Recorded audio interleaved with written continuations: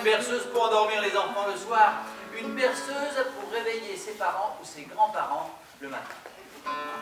Et comme c'est les vacances, ben, les enfants, je vais vous la chanter, comme ça vous pourrez la chanter tous les matins dès le lever du soleil à vos grands-parents. Bonjour, si vous étiez un animal, vous serez lequel ? Ouais, un colibruche, c'est pas mal. C'est la rencontre du colibri et de l'autruche.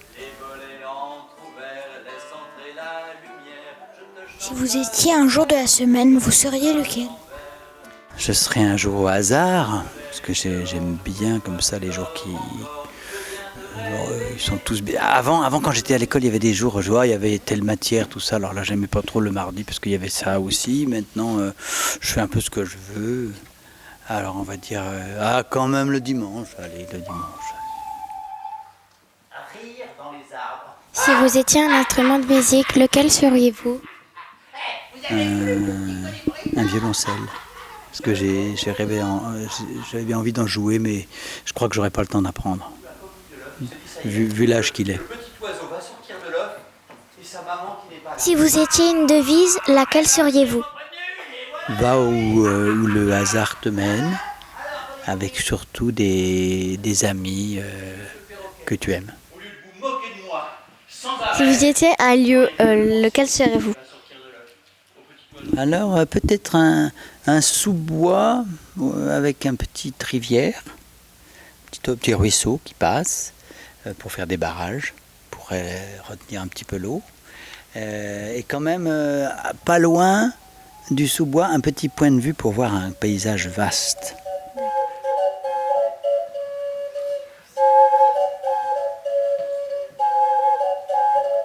Nous avons fait des recherches sur votre site internet, mais nous n'avons pas trouvé ce spectacle. Est-il nouveau ? Oui, il est nouveau parce que les contes de ce spectacle ne sont pas tous nouveaux. Mais l'assemblage est nouveau. J'avais envie de faire quelque chose sur l'envie de voler, de s'envoler. Attention, c'est parti, on s'arrache, poulette. C'est parti, les voilà. Pourquoi n'y a-t-il pas de décor dans ce spectacle ? Est-ce que c'est votre choix ? Alors, il y a plusieurs formes de spectacles que je fais. Je suis déjà venu ici, il y a quelques années, avec un spectacle avec pas énormément de décors, mais un petit peu plus de décors. Et avec une autre collègue, avec de la musique et des lumières, qu'on avait joué dans la grande salle. Mais ce que j'aime bien aussi faire, c'est arriver presque sans rien. Et puis, comme à la veillée, comme quand je suis avec ma petite fille ou comme j'étais avec mes enfants, je leur raconte des histoires. Et puis, on se fait chacun nos images et nos décors dans la tête. Donc j'aime bien faire les deux choses. Des fois, j'aide un peu, il y a des décors. Mais rarement des décors qui représentent d'une maison les colonnes des paysages. C'est parfois des objets qui sont des panneaux, je peux passer derrière, je peux me cacher, revenir.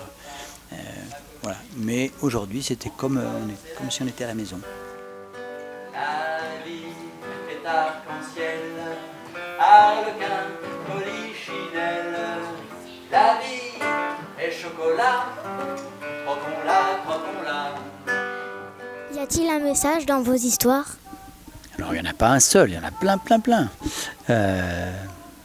Il y a déjà que c'est bien de se poser tranquillement et justement sans rien, de se raconter des histoires, que ça fait du bien de se retrouver entre gens, entre humains, petits humains, grands humains, garçons, filles, et puis de se raconter des histoires tout simplement, de se faire plaisir. Moi je suis toujours ravi que les gens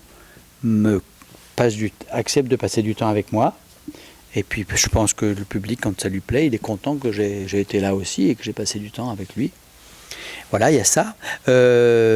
Ça raconte aussi qu'on peut être différent et s'entendre. Par exemple, on peut être un colibri tout petit et une autruche très grande et être très bons amis, et même s'occuper des enfants ensemble. Ça raconte la petite chanson de la fin où il dit va où un peu le vent te mène, et puis l'important dans la vie, c'est d'avoir des amis. Amis d'un soir, pour la vie, petit copain ou grand amour.